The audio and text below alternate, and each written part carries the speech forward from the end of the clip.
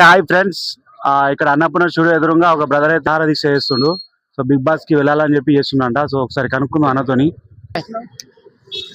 మే 15వ తారీఖు నుంచి రెస్పాన్స్ వచ్చిందా ఏమన్నా మరి?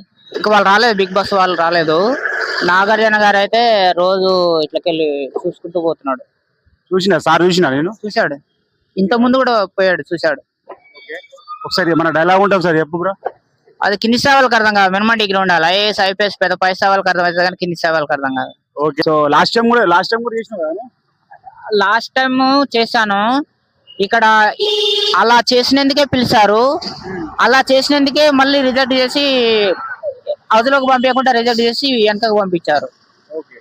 అంటే ఇక్కడ కూర్చున్నాడు ఎండకిండుకుంటా వానకు దడుచుకుంటా తెల్లవారులు పొద్దుగులు పిలవకపోతే షోకి ఏమన్నా బిగ్ బాస్ కి బ్యాడ్ వస్తుందేమో పబ్లిక్ నుంచి అని చెప్పేసి పిలిచారు. మళ్ళీ పిలిచిన తర్వాత మళ్ళీ ఇతనికి హౌజ్లోకి పంపిస్తే మళ్ళీ ఈయనను చూసి ఇంకా 10 మంది రేపు వచ్చి కూర్చుంటే మళ్ళీ మా పరిస్థితి ఏంటి అనేది మళ్ళీ బయటకు పంపించారు. వెళ్ళాలి, హౌజ్లోకి వెళ్ళాలి.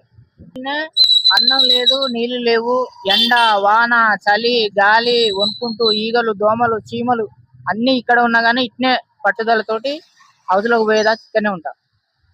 అందరు టీవీ వాళ్ళు మీడియా వాళ్ళు కూడా వచ్చి తీసుకొని పోతున్నారు.